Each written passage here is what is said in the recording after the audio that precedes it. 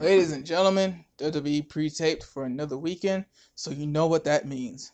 Short episode, talking about a lot of other stuff, because we gotta fill time. But that is okay. Don't be discouraged. We both think that SmackDown has shown the changes that Vince McMahon and the rest of his crew promised, but we also don't think that Raw has done anything. I think that the popular opinion on Twitter and the rest of social media and the whole internet wrestling community is that Raw is still Raw. And knowing that SmackDown is about to go to Fox in October, and seeing that SmackDown is clearly making improvements, is something that is very, very interesting now that I think about it. We don't get into that on the podcast, but we do talk about when Wrestle Kingdom is, a little bit of that card. We talk about our picks for overall match of the year in NXT and the overall superstar of the year. I haven't narrowed down to like 4. I haven't made my final pick yet. And we talk about a bunch of other stuff. Think of this as like the year-end part 2. Think of this as like what we would have done if we did a 3-hour extravaganza. Because WWE, we didn't read spoilers. We fought the good fight, but yeah, there wasn't really much that they gave us to work with this week. So sit back, relax. It's only like 45 minutes this week, I think. I don't know. And then check the final edit. And enjoy. Ladies and gentlemen, boys and girls, another weekend of pre-taped activities, another week of pre-taped shows, and we're going to talk about it because it's kind of what they gave us. And we did our year-end stuff last week and our awards last week. So we're stuck, Darnell. By the way, I'm good. Not really. I just got to. Next week's gonna be an interesting week for the city of Jacksonville. Yeah, it is. It's a lot of stuff going on in Jacksonville. You know, people getting fired left and right from the Jaguars. New companies getting started by Jaguars owners' sons. I mean, it's SmackDown rallies the same day as SmackDown. It's a lot, but you know, unfortunately, that's next week. This week did have one very good moment. It had another interesting moment, which is kind of meh, because no paws were really thrown or touched. And Raw was, I want to say better, but I honestly don't really. You're not convinced. I'm SmackDown. I definitely see it. I see it on SmackDown. It's almost immediate. Pre-tape championship change. Becky Lynch doing what she did this week. The Mandy Rose Naomi angle, edging that up as much as possible. I see it on SmackDown, Darnell, but I don't really see it on Raw yet. Hey, this is like the first time in a long time I actually watched every show this week. I mean, it's a lot of content. It's a lot of content. I mean, first things first, if you didn't really know or don't really know NXT's format, NXT probably pre-taped like a bunch of shows before and after TakeOver. So I would just say go on WWE's Twitter, go on Bleacher Report, go wherever you do, because I mean the award. NXT was more of a rewards type of show. Look back at all the good. Yeah, I know, and that's what I mean. That's why I'm saying this. I mean, it wasn't even the pre-taped regular show. They only had one match. Matt Riddle versus Cassius Ohno. It was really just, it was their year in review, and they just announced award nominees. So to refrain from doing what we did last week and spending like an hour on just awards and talking, that's all on WWE's Twitter and Bleacher Report and anywhere else that talked about NXT this week. Because it literally was just, if there's ever been a filler episode on any television program in the history of ever, that was what NXT was this week. So that being said, Raw, like we usually do. What was your biggest takeaway from it, Darnell? My big is actually a question that I post on Twitter. Mm-hmm. And I'm going to ask you this. I want your take on it. Mm-hmm. How do you feel about Triple H going after Seth Rollins and Vince McMahon going after AJ Styles? I like Vince versus AJ more simply because, like, we haven't seen Vince in so long. Now Vince has been on TV like twice in a row on pre-taped episodes, mind you, but still, he's been on TV twice in a row, and it seems like something is going with this AJ Styles thing. AJ Styles was just a babyface world champion. Vince McMahon started off by saying, I'm not seeing it like I used to. That's an interesting way to go. I feel like the Triple H Seth Rollins thing, yeah, you have the old burn, the old heat sort of thing, but it's just, I don't know, man. With Raw and Seth Rollins, I feel like they latch on too much to his old feuds and storylines. I feel like they held on to Dolph too long. I feel like they ended up screwing up the payoff with him and Dean. And now with the Triple H and Seth thing, I feel like, where is this going to go for Seth? Is this WWE's way of blurring the lines between good and bad? Because the way Seth went off, who did Lashley? The way that Seth went off and used the chair and all that stuff and got DQ'd, it's like, wait a minute. Aren't you supposed to be like the good guy? Aren't you supposed to be the one who's going to save us from Brock Lesnar? What is this? What angle are we playing at here?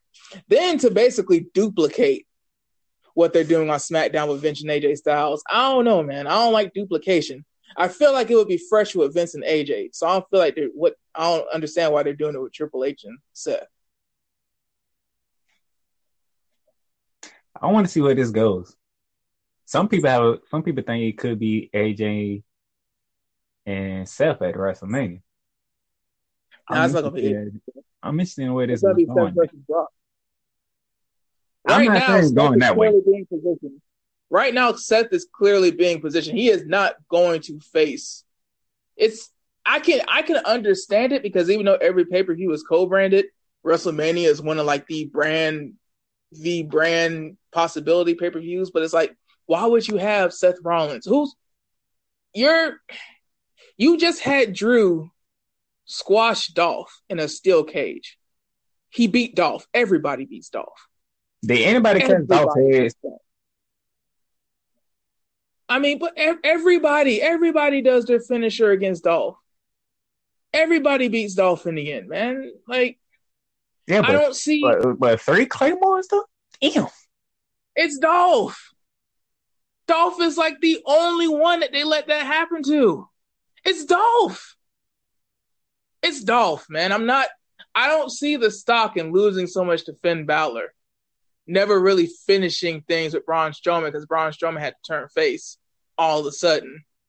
And then you squash Dolph in a steel cage match. Shinsuke beat Dolph. Dean beat Dolph. Who hasn't beat Dolph?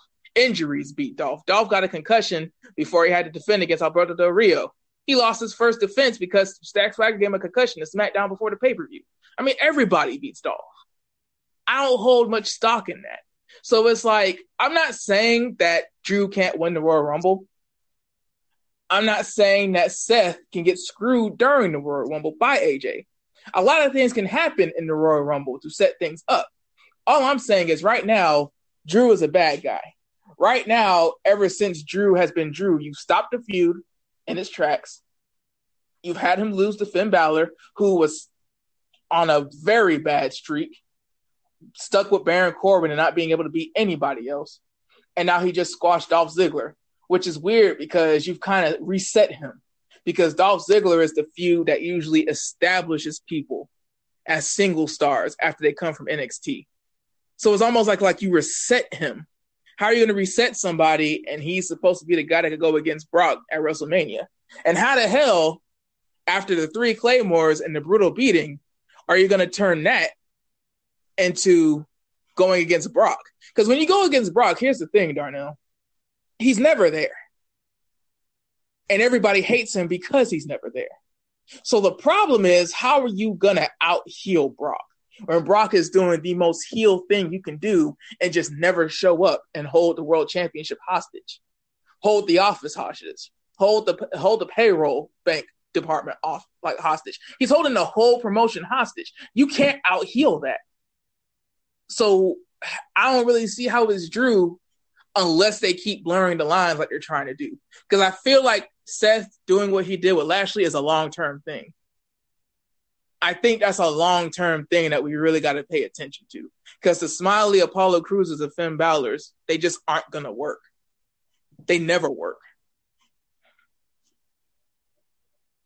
Are they going to use Apollo Crews, or was that a one-time thing? God, man, I just don't understand why they tell him to smile so much. All he does is smile. He smiles while he talks. As soon as he finishes a sentence, he smiles. Darnell, seriously, this is serious. Is his character just being happy? Is his character just smiling and being athletic? Like what is it? What's the buy-in with Apollo Crews? He's athletic. Okay, everybody's athletic. Everybody is athletic. Kevin Owens does some of the same stuff he does. Like that, just because he can do cool stuff in the ring doesn't mean that you could just put a smile and it's okay. I think that's where like he's kind of locked up right now, because I thought he got called up too early, to be real. He didn't really do anything. And then he got called up as a singles wrestler who had never won anything. And he still hasn't won anything. And I kind of sort of knew, like, I was hoping, I was tweeting it, like, please don't let Apollo win. Please don't let Apollo win. Because I think that you shouldn't expect the champion to lose their title on TV, but you don't want it to be obvious. Darnell, it was brutally obvious that Dean was going to retain. Apollo Crews loses in a straight-up match when he's fresh. He just had a battle royale, and now he's going to wrestle on the same night for a title against a fresh Dean Ambrose. Who really thought Apollo was going to win? At the same time, though, I mean, you kind of have to have title matches to raise your stock, whether you win or lose them. So I don't really know. Right now, they're kind of the championship as the top title. So they can't even really build up their mid-card right now.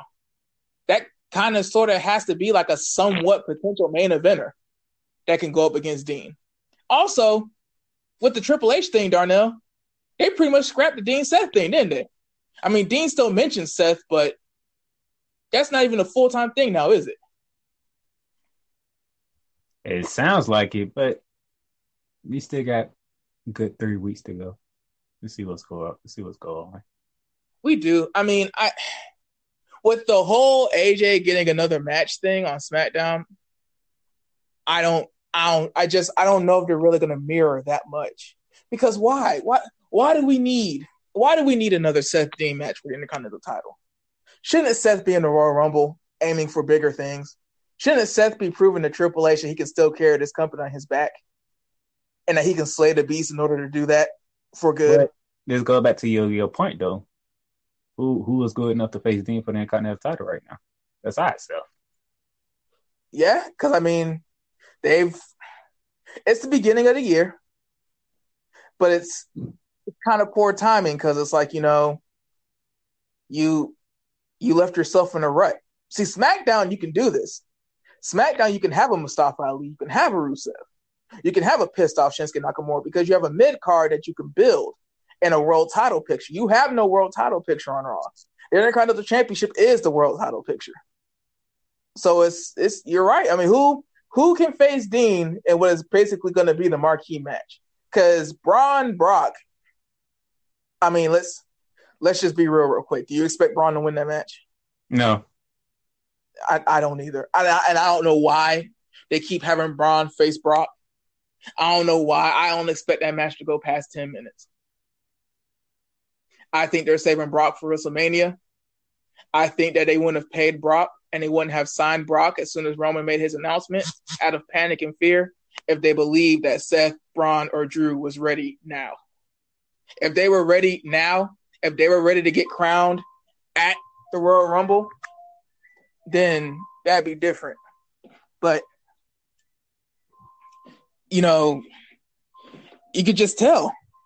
You could just tell that Vince isn't ready to pull the trigger. And because he isn't ready to pull the trigger, the Universal Championship match is there. It's a formality. So you're right. Who Who besides Seth can even face Dean right now? Who have they even built up? I mean, dude, they only have 3 weeks, right? They only have 3 weeks. Who can you build up in that time? I mean, Finn is an easy go-to. They're really reminding people now that he was the first ever Universal Champion. If you remember, Darnell, they barely even talked about that. It was easy to forget that Finn is actually a former world champion. I see them using that more. I see that he got wins over Drew, straight up wins over Drew, a triple threat run that involved Drew. So, I mean, maybe him. I feel like, because in other eras, people were still pissed at each other while handling other business. Kane never forgot that Triple H was the one who unmasked him. The Rock and Triple H, I mean, The Rock and Stone Cold, they never really saw eye to eye. Hulk Hogan and The Rock always knew that, you know, they were going to have to face off one day to see who really was the greatest of all time. You can have these rivalries, these all-time rivalries, while not being with each other. And I think that you really need Seth or Drew in the Royal Rumble. You really need one of them in the Royal Rumble because you really need that excitement of like, holy crap. They've been building him up like all 2018. He's been featured on TV all 2019. He's in the Royal Rumble. Drew can beat Brock. Seth can beat Brock. Who's finally going to save us from Brock? And that's the issue with Dean right now because it's like we're trying to figure out who could save who from Brock. And I don't think Braun's going to drop down to the IC title. I think he's either main event or bust. Now, that brings me to the other point that you had a problem with. The women's division and Alexa Bliss. How hurt is she? That's just what I need to know. And I don't want it from a dirt sheet. I want it from like an actual like, yo, how hurt is she? Because for them to start a talk show for her. Now, I mean, Kevin Owens had a talk show. Edge had a talk show. Chris Jericho had a talk show. But it's the context. First, she's there and she's talking and she's a manager. Then she comes out and she helps Baron. Then before they get with a general manager, she's named the general manager of the women's division. Then that's blown up. It's like they keep finding things for her to do that involves her mic skills to keep her on TV. Which makes me wonder, like, with the Royal Rumble 3 weeks away, with a Big Four 3 weeks away, they're starting a talk show, Darnell. I don't necessarily have a problem. I'm more worried. Because if a pay-per-view 3 weeks away, like the Royal Rumble, Ronda Rousey done already beat Natalya. I mean, who they tag against her and Natalya? Nia Jackson, Yeah. So I mean, main event. Yeah, and didn't Ronda just beat Nia at TLC? Mm-hmm. So I mean, she's tagging with the person she just beat, and she's still having matches with Nia Jax. I mean, what kind of number one contenders match does Nia Jax need to have if she's all still feuding with Ronda right now? All Ronda needs to do is say, I want to get rid of her once and for all. There's nobody that's even in line right now. The Riot Squad can't win matches. So, like, Ruby Riot's getting drugged down in that because the Riot Squad, they put teams together. Yeah, I was just going to say, I think they're going to start focusing on teams in the women's division. Yeah, and that's okay. That's fine. Like, I pay attention to other stuff around the world from time to time. So I understand that, like, 6-man tag wrestling in Mexico, for example, trios wrestling is, like, where it's at, not singles. So I understand, you need to build up the tag team division. I understand. I get that. But even still, one of the only contenders in the division, she keeps losing tag matches. She keeps losing one-on-one matches. So Ruby Riott, she's out the picture.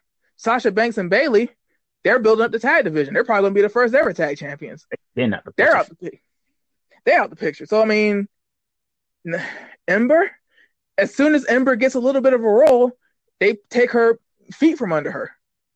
We know that's a squash. That's as bad as Apollo Dean Ambrose if Ember Moon gets a shot at the Royal Rumble.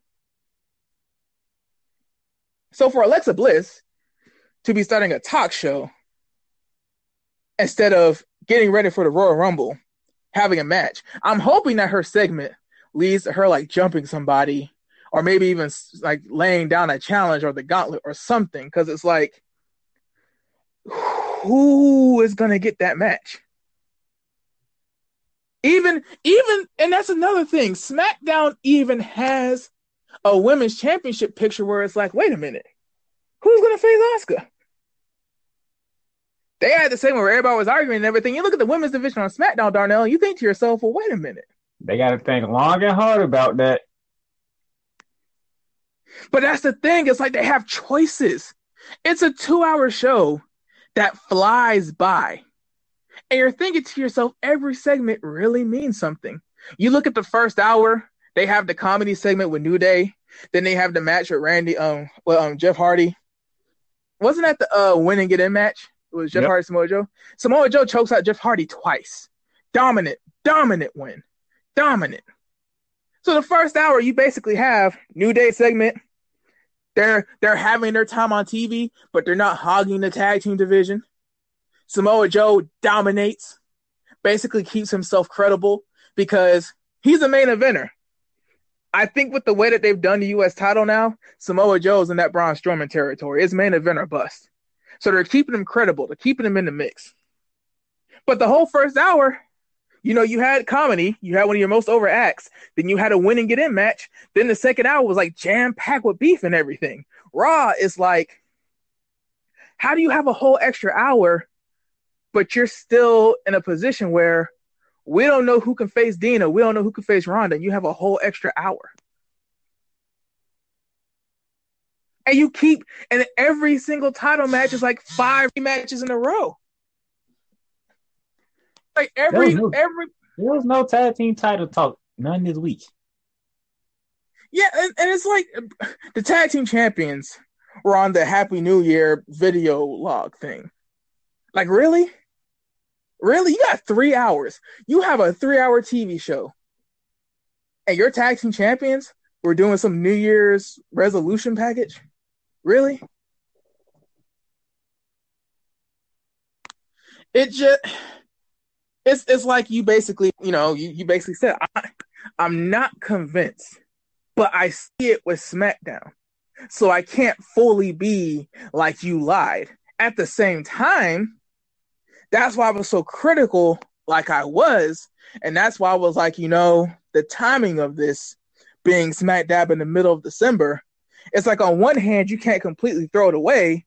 You have to take it serious. On the other hand, it's like Raw is still Raw. But SmackDown, you saw changes like the next week. I mean, John Cena didn't come on Raw, Darnell. He came on SmackDown. John Cena didn't wrestle a match on Raw. He wrestled on SmackDown. It wasn't Ronda Rousey getting in John Cena's face. It wasn't Seth Rollins getting in John Cena's face. It was Becky Lynch getting in John Cena's face. That's the equivalent of Trish Stratus or Lita getting in Triple H's face. That's the equivalent of Jacqueline getting in Stone Cold or The Rock's face. You have the top wrestler in your women's division at the time getting into the all-timer in that era's face, then having a match with him, then dissing him after. But on Raw, it's like Triple H talks to Seth Rollins again. Y'all were in the Authority together. Y'all are fighting against each other in the Shield. He fought you again once he left the Authority. He had a match with you at WrestleMania. Now, should he care what you think about him? Why? He's beaten you multiple times. He's profited off of you multiple times. He's gotten everything that he needs from Triple H. Why are we getting that? Why is that the focal point?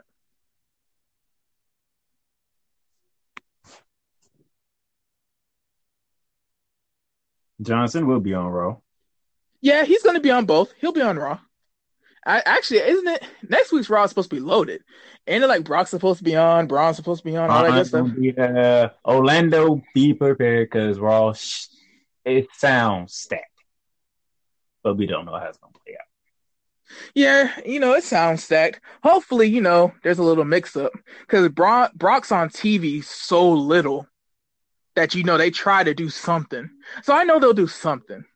Then, with the stuff with All Elite coming down for the rally, I mean, they're gonna have something because they're in that area of Florida. That area of Florida, they usually do always hook us up. WrestleMania is usually in Orlando, so the Raws in Orlando are usually, decent. But I mean, but again, it's like, and that's why, to be honest with you, I mean, NXT, filler, pre-taped, SmackDown, all the good stuff happened. I mean, we kind of, by bashing what happened to Raw, we've kind of talked about what happened on SmackDown. I mean, really, when you think about it, Darnell, this episode could have really just talked about SmackDown. Raw did what Raw does. NXT was a year in review. SmackDown was the only one where stuff actually happened.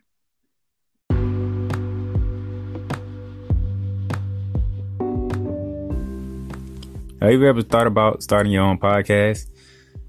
It's a long process. It's a hard, thought out process. Yeah, I know. I was there. I was there from March of this year, thinking about how I'm going to do this, doing all my research, trying to get everything right. What platforms can we use and how we going to record it and how we going to make it sound good and make it all this happen. And then I came upon Anchor. The Anchor app on my phone, the easiest choice I could ever make to do a podcast. It's free to use. You don't got to pay for nothing. You can record episodes whenever you're ready. You can edit it and then you can release it when you want to. And you don't have to worry about trying to figure out how you're going to distribute it on other platforms because Anchor has partnerships with Spotify, Stitcher, Google Podcasts, Apple Podcasts, Breaker, Castbox, Pocket Cast, whatever you name it. Because the Playmakers Bar podcast is the podcast that I use. We're on all them platforms. We're on 9 platforms just by using the Anchor app. So pretty much all the questions that you have questions about doing a podcast, go to the Anchor app or go to the Anchor website, anchor.fm.com, and just search through it, ask questions. Because I tell you, a free app that does all this, there's nothing more you can ask for. I even got friends, they doing their podcast on the Anchor app. Faith Talk, you might have heard of it because it's very good. And it's great that it's an app like this, it's a website like this that makes it easier for people to do podcasts and do what they love best, talking about the things that they love to talk about. So give Anchor a try, see how much you like it. We'll love to hear your podcast.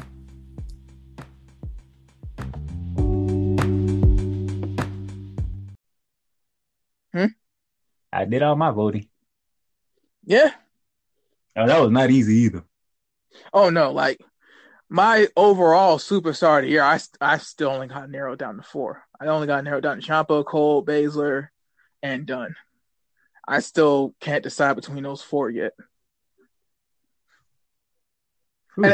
And all of them, it's because of the title. Dunn has a 500-plus day reign. Shayna Baszler, I think she won the title twice in 1 year, and she's the first ever 2-time champion. Cole was the first ever double champion. History when he defended the match with Roderick Strong, turned and joined Undisputed Era, and Ciampa, he's Ciampa. It's gonna be amazing to see what they do with Undisputed Era in these 3 weeks. Oh yeah, I'm interested. We already know who Ciampa's facing. We already know who Shayna Baszler's facing. Undisputed Era is the question. I am very interested to see their 2019. Their 2019 is about to be ridiculous. I want to see what they're going to do with Ricochet in 2019. Now that they have a mid-card title, NXT is so much more balanced. Before, it was like everybody's going after one prize. Then they created the tag team championships. And then you had, the tag teams and the makeshift teams. They gave them something to do. Now with the North American title, the Ricochets, the Adam Coles, even the Pete Dunnes, because, Pete Dunne, he defends the NXT UK title. Them having mid-card titles helps so much because it gives Matt Riddle, Cassius Ohno, Keith Lee, the other 100 people that they've signed. And all gives them something to go after and something for them to develop with too. So, I mean, as Ricochet, as the second champion ever, builds his legacy and builds that title, I start to wonder, who's next? And that's why I'm with you. That's why I'm interested how Ricochet's 2019 will be. Because you look at all the new stars, that have debuted in the past 6 months, he's going to have to face them all. Because it no longer does the hot guy that came in, win a couple matches, get the match with the NXT champion. Oh, no. You got some things you got to go through first. I don't think that Adam Cole really got that chance. Because it was like Adam Cole had his matches, had his defenses, did the whole stable leader thing. Then Ricochet came, and I think he lost like the first match against Ricochet, right? Was it the first? Yeah, I think probably was the first match. Yeah, so like the first time he had somebody like Ricochet come along, he lost. Didn't win the rematch. So, mind you, that ladder match is like match of the year on like every blog, a match of the year candidate. And it was voted 5 stars by Big Davey Meltzer. So, talking about takeover. Was it New Orleans? Yeah. It was the match for the crown of the inaugural champion. That ladder match had Lars Sullivan, Dream, EC3. Yeah, I know. I went War Games. War Games? I don't even think the War Games this year was better than the first one. Be real with you. 29. I want to see now that Bianca Belair has her title match. I want to see how she performs in it. Yeah, because like now I'm with you. Because before it was like, okay, it was spotty when she was on TV. She was, beating people here and there, but they had like other stuff they had to do because they only have an hour. Hell, win a fatal 4-way match against like all the big signings at once. It's like all the big indie signings, all the ones with like this huge hype, and you're the homegrown that went straight to the Performance Center. You beat them all in the fatal 4-way? Okay, now I'm with you. Win a fatal 4-way, finally get your number 1 contender match. Now I'm with you. Now I see it. Because being undefeated and you're just on TV every now and again, okay. Undefeated, win a fatal 4-way match against those opponents, okay. Now I can see it. The question is now, how much longer is Shayna Baszler and the other members of the 4 Horsewomen going to be in NXT? Because the thing is, being undefeated in sports entertainment is very difficult. Because in sports entertainment, we kind of know how everything has to go. If Shayna Baszler ain't getting called up, there's no reason for her to lose. The whole losing your title and feuding because you lost your title, that can stay with Sasha Banks. Short title reigns just to win it back in a bunch of rematches, that's not the move. At the same time, though, it's like, I think Bianca Belair, I think this is her first significant match. I definitely don't think she wins it, though. Because it's her first, it's going to be like her first pay-per-view match, right? Definitely first pay-per-view title match. So, how many... match. She was at one of the takeover. I don't remember which one off the top of my head right now. She was at one of the takeover one. Yeah, so but so first pay-per-view title match, first title match, period, really. So she's gonna be there for a minute. But I think, unlike Apollo Crews, this is good. Because Bianca Belair is like the future of the homegrown side of the women's division. WWE needs to start building her up. Because at the end of the day, you got a lot of talent that's wrestled everywhere. And you need to have that one that can hang with everybody else. Because you still kind of sort of, you don't want everybody who's been trained everywhere and wrestled everywhere else to be better than that multi-million-dollar performance center. You got all the resources right there. They're getting paid a decent salary. They get to live in one city. They don't do a bunch of touring and loops. And they got everything right there. You don't want to have everybody be better than your people. Somebody has to be just as good. So that'll be interesting as she goes along. When all these people from NXT is gonna come up because they keep showing these video packages. I'm like, when are they gonna debut? I hope it's after the Royal Rumble, or maybe for example, Heavy Machinery. They definitely need to debut after the Royal Rumble. Because right now, the state of the tag divisions, it ain't the move.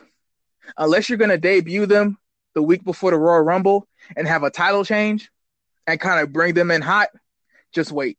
Just wait on it. I think one of them definitely come in the Royal Rumble, though. Nikki Cross might come in the Women's Royal Rumble. I think EC3, I would say there's probably like, I would bet with 95% confidence that EC3 debuts during the Royal Rumble. He's one of those guys where when you really look at it, he wasn't in NXT but for like a couple months in the big scheme of things. No title, wasn't really there, but he was a top guy in Impact. He was a top guy in Impact, and he went to Impact after failing at FCW the first time. So he's been a top guy. He's been on TV. He knows all that stuff. So he probably debuts in the Rumble. Lars Sullivan, I mean, they've been teasing him the most. He's definitely going to go to Raw, right? I mean, I just see a character like him on Raw. It would be nice if he went to SmackDown. Because are you gonna have all you big strong people besides Samoa Joe on Raw? Well, that's how Raw and SmackDown's always been. Raw has always been the heavyweight show. I mean, look up Mustafa Ali coming in and being a contender for the WWE Championship. That is ruthless aggression SmackDown to a T. Eddie Guerrero, Chris Benoit, Rey Mysterio, Edge, the beginning of the run, because Edge he did get jacked and stacked near the end, but in the beginning when he was first on SmackDown, he was still high flyer Edge. So that's usually how SmackDown is, which is why I say it would be nice, because it would be a nice change of pace going against Rusev, beating Rusev for the U.S. title, slanging people around in the mid card till he gets tired. That'd be cool. Just to show something different. Because if he goes to Raw, he's getting fed to Seth. He's going up against Braun, going against Drew. I mean, unless Dean drops to somebody lesser in an upset, so Lars can just start beating them up. Because now the thing with Raw is, well, hell, who's going to beat Dean? Like, you don't want to put the belt on people where it's like, who can beat them? See, I think Bianca Belair can beat Shayna. I just don't think she will. But I don't think that Apollo can beat Dean Ambrose. At the same time, I only think 2 people have a real shot at beating Brock. You don't want it to be like that. I mean, hell, I think anybody could beat Rusev. Rusev is any given Tuesday. So. Poor Rusev. Yeah. Else. Yeah, but hey, Shinsuke is probably going to end up like Joe. Shinsuke is probably going to be at his best when he's on the chase. Because the way WWE works, like, I kind of wish WWE was more like CMLL, and that CMLL, the belts are really, they don't matter. Like, they don't matter. Dudes be having like 1,000-day title reigns on the regular because they just don't defend the belts. They don't give a damn about them. But because of that, you find a favorite wrestler and you stick with him. Because if your favorite wrestler's on TV and titles don't matter, that means that he's making money. He's doing good. He has something that everybody else don't. Because the U.S. title, when it was on Shinsuke, it was like, damn, Shinsuke couldn't even get matches. Shinsuke couldn't even get on TV. And with the Universal title, I mean, we're calling that a world title, and that's supposed to be Raw's top title, but god dang, Darnell, the wrestler that has it and the title itself is never on TV. Why do the Universal title and United States Championships matter right now? Ronda Rousey, who's going to beat Ronda Rousey? We got to wait all the way to WrestleMania for Becky Lynch to have a shot? And even then, do they pull the trigger? You don't want to just have titles just sitting there. Is it going to be Becky? That's what I'm saying. Like, that's what I'm saying. Well, you know who plays Asuka at Royal Rumble right now. Exactly. Did you miss the window? Did you miss the window, but realize that Becky is to SmackDown, but Ronda is going to be to Raw, and you don't want to damage either of them right now? Is that what we're going on? Like I said, this week is we're 36 minutes, but at the same time, it's like this week is a particularly difficult week to try to squeeze a lot of content out of. Because at the end of the day, what have they given us? They ain't really giving us a lot to work with. 3 weeks. Yeah, and that's I pre-taped. As soon as I found out it was pre-taped, I pretty much knew SmackDown was gonna give us something so that we could keep tuning in on pre-tape shows, and Raw was gonna be Raw. I didn't really expect much to talk about. Definitely when I heard what NXT was gonna do, I didn't expect much. But 3 weeks. Raw is definitely gonna be. I have more faith in this Raw. A live Raw, first live Raw in 2 weeks.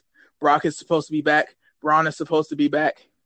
A live SmackDown Raw with this Naomi and Mandy Rose angle. Rusev and Shinsuke Nakamura being established as having a program. Samoa Joe, what does he do?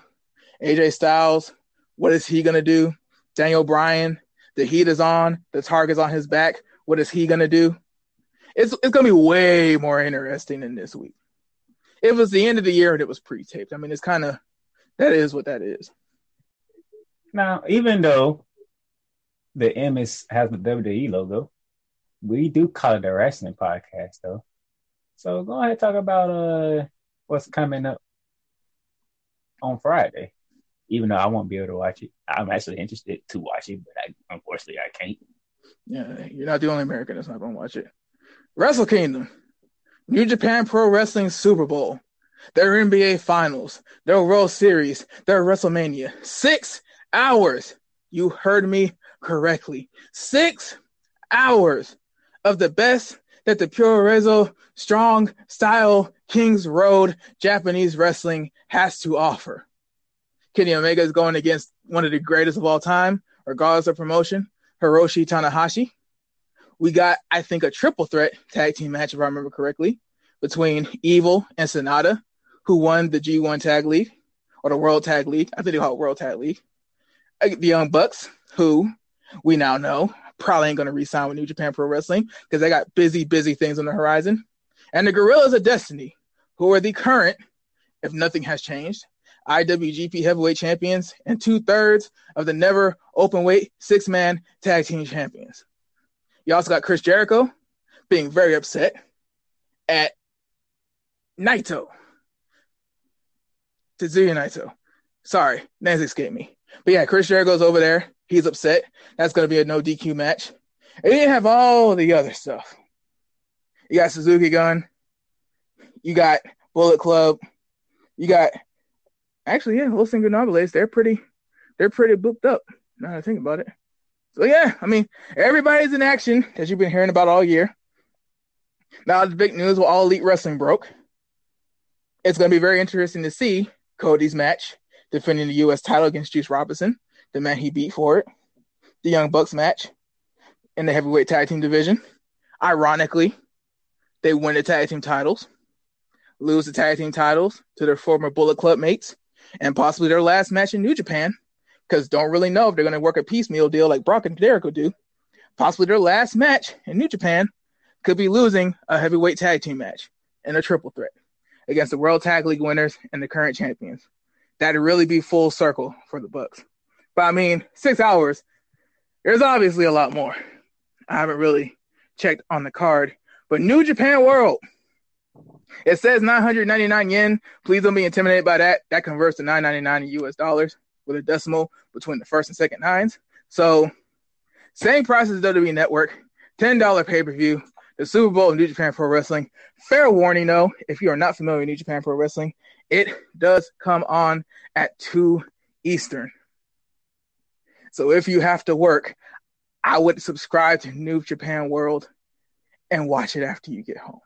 You'll be up till 8. Fair warning. That being said, I'm sure it'll be worth it for those who watch. Yeah, I'm one of those that got to be up before 8, so yeah, I won't be watching. Yeah, me either, but it's going to be a hell of a show. Were. Nah, I'm not. Oh, you changed your mind? No, I never said I was in the first place, but that's okay. Other than that, ladies and gentlemen, Always, Uh, CMLL has their shows Monday, Tuesdays, and Fridays on YouTube. Ring of Honor, they're with St. Clair Broadcasting. So whoever your local St. Clair Broadcasting affiliate channel is, that's where Ring of Honor comes on. MLW comes on beIN Sports, and their show's always on YouTube. And a ton of other indies have YouTube shows. You just got to find them. So, before I get out of here, going back to what I said to open the show, Tuesday, so it's going to be an interesting day for the city of Jacksonville. I actually looked at the time for All Elite. That's 5 p.m. at the stadium. TIAA Bank Field. That's 5 p.m. 7 o'clock, preferably 8 o'clock, SmackDown Live, Memorials Arena. Same area of town. So I could be doing both. I could be doing one, or I might be doing none at all. I don't know yet. I got to see how my schedule works out. I've been on the changing of some schedules lately. I'm also interested in how long the damn rally goes. So if you're not following me on Twitter, follow me, D20 Playmaker, all one word, on Twitter.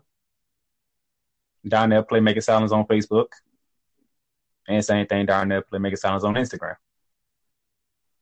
Which one, if you go to the rally and to the show, which social media platform are you going to be using the most that night? Probably the Twitter, since I'm getting more used to using Twitter now. Thanks to you. Oh, well, thank you. I try. So you're going to be using your Twitter because make sure that they know like exactly where to go if they don't live in Jacksonville. So your Twitter, right? Not the blog's Twitter, your Twitter. Yeah. Okay. Nah, you got the blog Twitter for Tuesdays. That's your thing. I'm not gonna take that from you. I mean, blog's Twitter is blog's Twitter. We both know the password. Yeah. So hey. Other than that, what else is there? See, we done plugged all the pay-per-views and all the TV shows from every promotion in the world besides AAA. They're on YouTube too. All Elite. It's weird. This is a side note. It's weird. They've already had to like make a video about like fake accounts and like which accounts are their real accounts and stuff. So I mean, they did. Yeah, they did. I looked at it. It's wild, but hey, hands up to them. They made sure to say, hey, before this even gets out of hand, we gonna go ahead and get this right. Well, Tony Khan put $100 million into this thing, so you best believe they're gonna make sure that they put that traffic in the right avenues. And I don't blame them. So it's definitely gonna be interesting to see. The rumors are circulating that they're looking for TV deals. They've already announced their first event, Double or Nothing, that's going to be taking place, and more information will be dispersed at the rally. So it's a really interesting ride for the world of pro wrestling / sports entertainment. And Jacksonville. Yeah, it's Atlanta had WCW and that boom. Maybe Jacksonville can have the next boom. Florida is very historic. Won't get on that tangent. That's another podcast. But Florida is very historic. State of pro wrestling. Pensacola, Jacksonville, Clearwater, Orlando, all that. Florida was a huge territory. We're not going to go there. Nah. But if you're not following the blog Twitter, follow the blog Twitter at Playmakers Duh. Don't ask why. You can email us at theplaymakersblog@gmail.com as well. So. Yeah. Other than that, though, we done plugged all the socials, plugged the email, plugged shows. Hey, that's about it for this one. This is what happens when WWE pre-tapes. Yeah, I'm done.